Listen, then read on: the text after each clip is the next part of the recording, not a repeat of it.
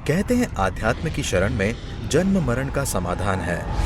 बिना किसी शब्द ज्ञान के आप एक तत्व को जान लेंगे तो आपको सर्व ज्ञान हो सकता है। किंतु इस समाधान को समझना सरल नहीं है। इसके लिए गुरु की जरूरत होती है। श्रमण संस्कृति के अमृत पुरुष व विलक्षण प्रतिभा के धनी युग प्रधान आचार्य सम्राट पूज्य श्री शिव मुनि जी महाराज साहब का समग्र जीवन सत्यम शिवम सुंदरम का जीवंत प्रतीक रहा है। परमात्मा स्वरूप महान सद्गुरु के रूप में आप सदैव जन जन की श्रद्धा के केंद्र हैं। आपका बहुआयामी व्यक्तित्व हिमालय की भांति उतंग, गंगा की तरह पवित्र और सागर के समान गंभीर बना हुआ है।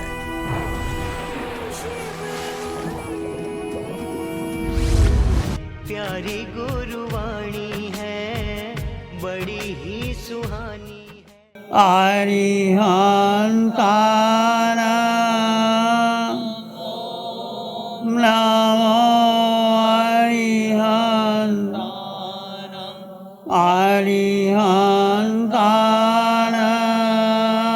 नमो नमो हरिहंतान नमो नमो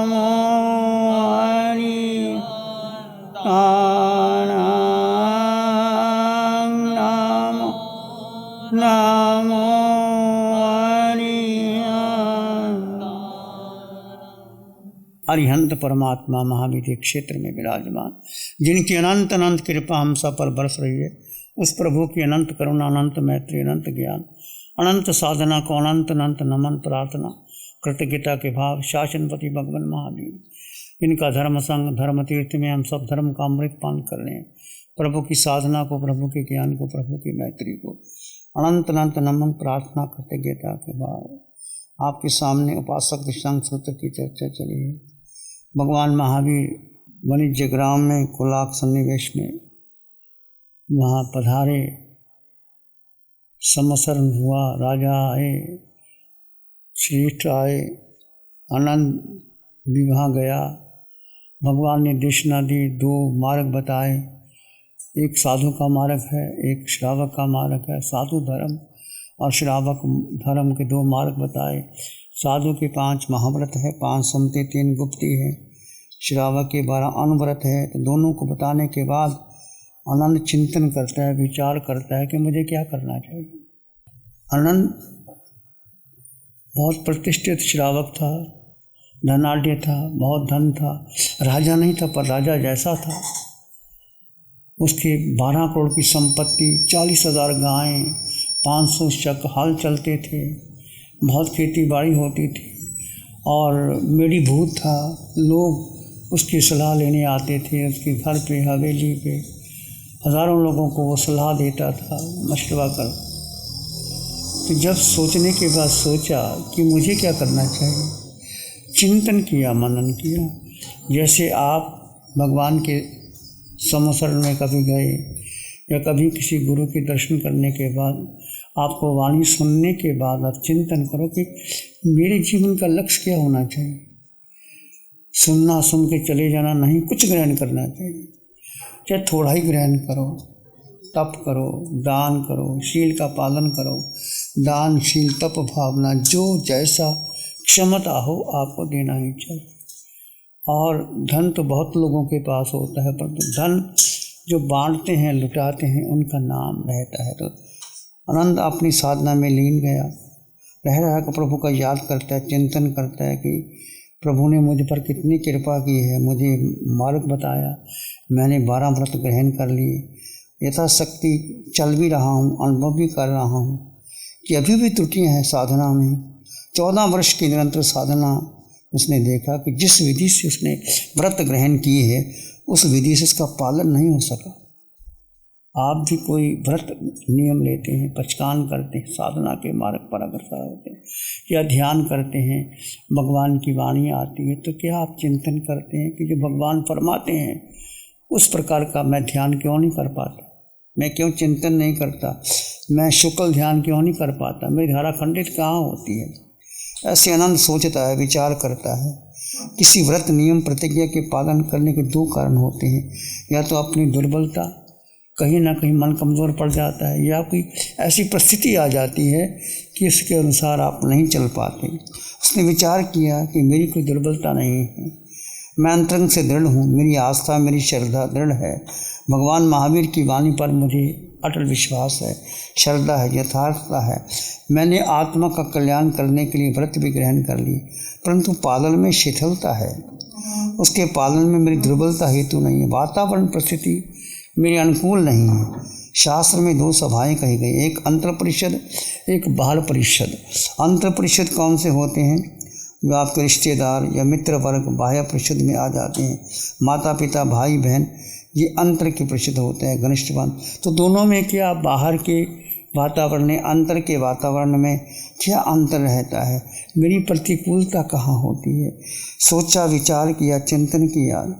बड़े से बड़े आदमी भी होते हैं, दूसरों के काम आते हैं, दूसरों की सेवा करते हैं, दूसरों के सहयोग करते हैं, जिनकी संपत्ति, ऐश्वर्य, वैभव दूसरों के काम आता है, वे लोग समझे जाते हैं। आज हम रतन टाटा का नाम लेते हैं। रतन टाटा ने सारी संपत्ति देश के लिए लौटा दी। उसके पास अपनी संपत्ति का 61% शेयर था, 1% अपने लिए रखा, 60% देश के लिए, गरीबों के लिए लगा दिया। आज उनको याद करते हैं। उनसे पूछा गया, तुम्हारी संपत्ति कितनी है? कहते मेरी संपत्ति कुछ नहीं। जो लोग मुझे आदर देते हैं, सम्मान देते हैं, वही मेरी संपत्ति, और मेरा कुछ भी नहीं। दूसरा, हमारे भारत के ऐसे एक लाल बहादुर शास्त्री गरीब परिवार में जन्मे और कभी सोचा तक नहीं बड़ा बनने के लिए। मैं पहले भी बोल चुका था, जब वो प्रधानमंत्री बने तो कहते हैं उसके पास केवल 2 धोती और 2 कुर्ते थे।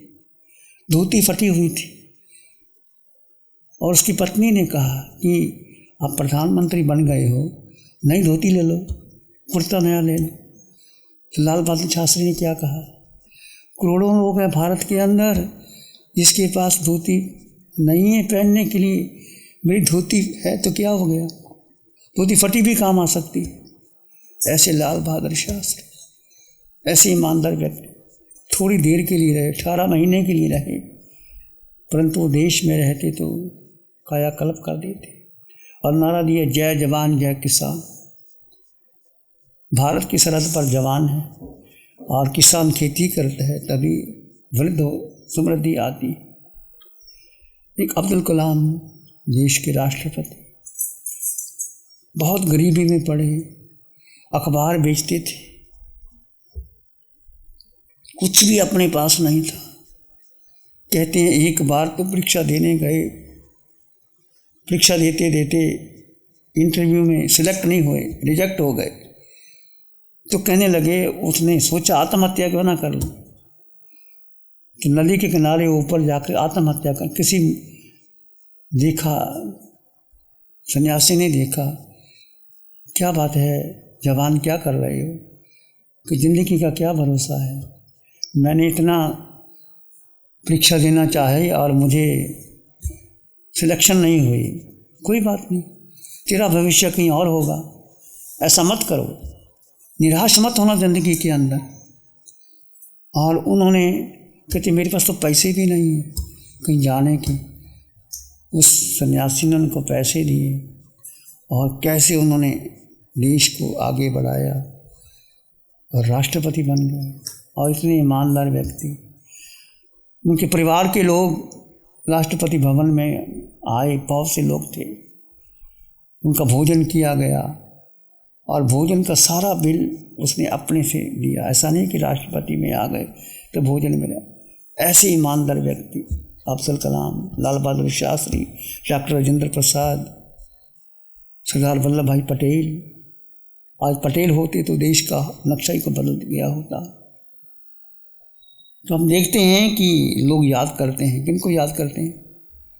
जिनके पास बहुत पैसा, उनको याद नहीं करते। किनको याद करते हैं? जिन्होंने सेवा की होती, जिन्होंने अपने धन का सदुपयोग किया होता है, जो धन की सुरक्षा करते, सदुपयोग करते हैं। तो मैं देखता हूँ ऐसा व्यक्ति जो समाज के लिए, देश के लिए कार्य करता है, उसका नाम लिया जाता है। माँ सती कौशल्या जी महाराज साहब से प्रेरणा प्राप्त की इन्होंने।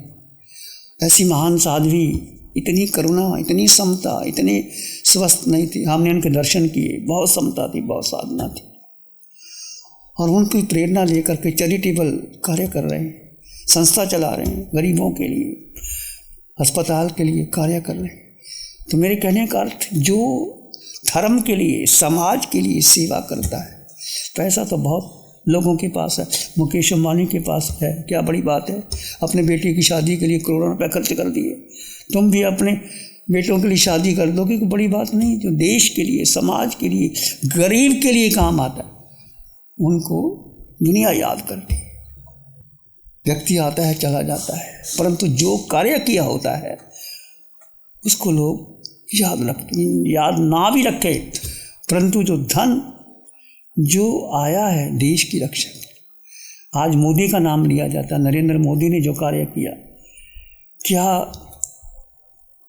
गरीब चाय बेच बेच के गुजारा करता था, माँ के पास पैसे नहीं थे पढ़ाई कराने के लिए, और वो सन्यासी बन के चला गया था, सन्यासी बन गया था, चला गया था। फिर किसी महात्मा ने कहा, नहीं तुम्हारी यहाँ ज़रूरत नहीं, तुम्हारे देश की ज़रूरत है, जाओ देश की सेवा करो। टर्न हो गया और देश की सेवा करके 3 बार तो मुख्यमंत्री रहा गुजरात का, 3 बार प्रधानमंत्री रहा, और ईमानदारी, उसके राज्य में कितनी ईमानदारी से काम होता है। पहले कितने घोटाले होते थे, क्या होता था। जो नेता, घर का नेता या घर का बड़ा व्यक्ति ईमानदार है, सेवा करता है, तो वैसा घर हो जाता है, वैसा समाज हो जाता है, वैसा राष्ट्र हो जाता है। तो कहने का अर्थ, जीवन तो सबको मिलता है, परंतु जो जीवन में धर्म करता है, परोपकार करता है, सत्य पर चलता है, आगे बढ़ता है, तो लोग उसका सम्मान करते हैं। केवल अहिंसा का नारा लगाने से अहिंसा परमो धर्म की बात नहीं, जियो और जीनो दो का शोर मचाने से लाभ नहीं, महावीर का उद्घोष अपने कानों से नहीं, उसका एक ईश्वर होता है, हृदय में प्रवेश होता है, क्या होता है। आनंद ने जो भी कार्य किया, कोई प्रदर्शन नहीं, कोई शोर नहीं, दूसरों को दिखाता नहीं, लोगों की परोपकार करता है, वो बहुत परोपकार करता है। लोग आते हैं, सलाह लेते हैं, उनको धन देता है, सब कुछ देता है, परंतु उन्होंने सोचा कि ये सब पुण्य का काम है जो मैं कर रहा हूँ। जैन दर्शन में एक पुण्य है, एक धर्म है। तुम किसको महत्व दोगे? बोलो, पुण्य को, धर्म को। पुण्य तो आता है, चला जाता है। पुण्य से तुम स्वर्ग चले जाओगे, पुण्य से तुम राजा महाराजा बन जाओगे। धर्म बड़ा महत्वपूर्ण है। धर्म जो आपके जन्मों के कर्म क्षय कर देता है, धर्म जो आपको सत्य का मार्ग बताता है। तो आज हम 24 तीर्थंकर हमारे हैं, उन्होंने हमें धर्म दिया, उन्होंने साधना दी, उन्होंने ज्ञान दिया, जिनवाणी दी। श्रीमद् रायचंद ने आत्म सिद्धि शास्त्र के 144 गाथाओं में सार दे दिया, जीवन का सार दे दिया। जे स्वरूप समझा बिना पाम्य दुख अनंत, समझावे होते पद नमो श्री सतगुरु भगवान। एक है रूप, एक है स्वरूप। स्वरूप का बोध प्राप्त करना बहुत कठिन है। स्वरूप का मतलब आत्मा, आत्मा के बारे में जानना, पहचानना, अनुभव। तो जीवन में परोपकार अच्छा है, नेम फिर मिलता है, परंतु परोपकार के बाद भी पुण्य तो कमा लिया, धर्म नहीं किया तो उसका क्या है। पिंजरा चाहे लोहे का है या सोने का है, तो पक्षी को तो बांध ही देता है ना, उसको सुधारने। अन्न सोचता है कि मैंने जो कुछ आता है, लोग आते हैं, काम करते हैं, मुझे परामर्श लेते हैं, मैं सबको समय देता हूँ, परंतु मेरी जो साधना मैं करना चाहता हूँ, मेरी साधना नहीं हो पाती। मुझे क्या करना चाहिए? मुझे आत्म कल्याण का मार्ग, आत्म निर्जला का मार्ग, परोपकार का मार्ग वो करना चाहिए। तो निरंतर वो घर में रह करके 14 वर्ष साधना करता है, घर में रह करके।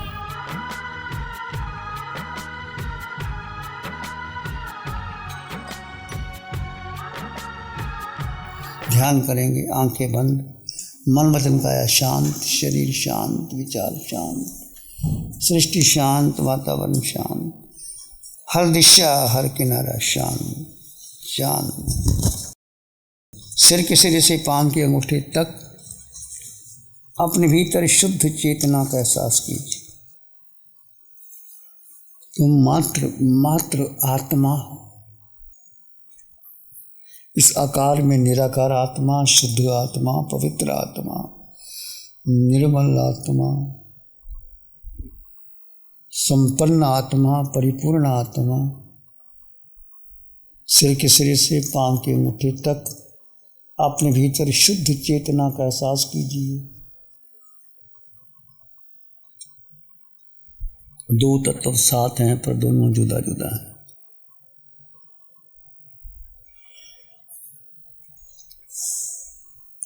अपने भीतर मंगल का भाव लाएं, प्राणी मात्र के लिए मंगल की कामना कीजिए।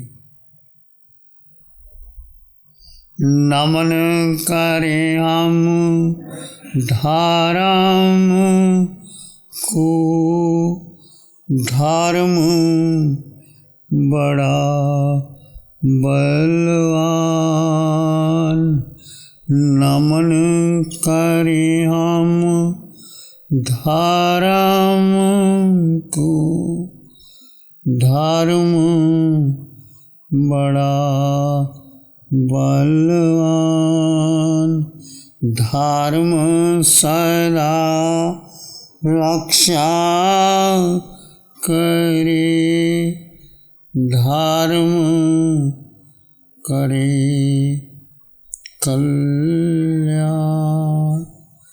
धर्म सदा रक्षा करे, धर्म करे कल्याण।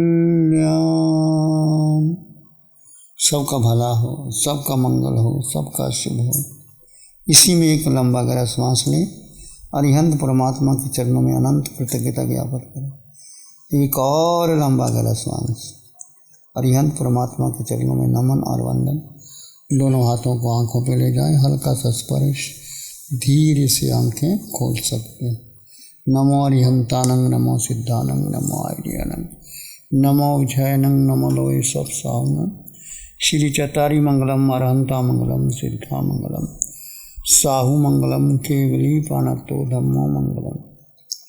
चत्तारी लोग उत्तम, अरहंता लोग उत्तम, सिद्धा लोग उत्तम, साहू लोग उत्तम, केवली पाणतो धम्मो लोग उत्तम। चत्तारी शरणं पवज्जामि, अरहन्ते शरणं पवज्जामि, सिद्धे शरणं पवज्जामि, साहू शरणं पवज्जामि, केवली पाणतं धम्मं शरणं पवज्जामि। चार शरण दुख हरण जगत में, और शरण कोई होगा। जो भय प्राणी करे आराधन, उसका जर अमर पद होगा, उसका सदा ही मंगल होगा। पिछले 60 सालों से केजीओसी ग्रुप अपने 4 ब्रांड कोहे, कंगारू, म्यूनिक्स और माइल्स के माध्यम से हाई पोजीशन प्रोडक्शन के द्वारा दुनिया में जाने माने लार्जेस्ट मैन्युफैक्चरर्स में से एक है। जैसे staplers, staple remover, paper punch, gun tacker, app tool, geometric tools, stitch wire और किचन में यूज होने वाले प्रोडक्शन से दुनिया के लगभग हर देश में उपलब्ध है। ये प्रोग्राम केजीओसी ग्रुप के सौजन्य से प्रस्तुत है।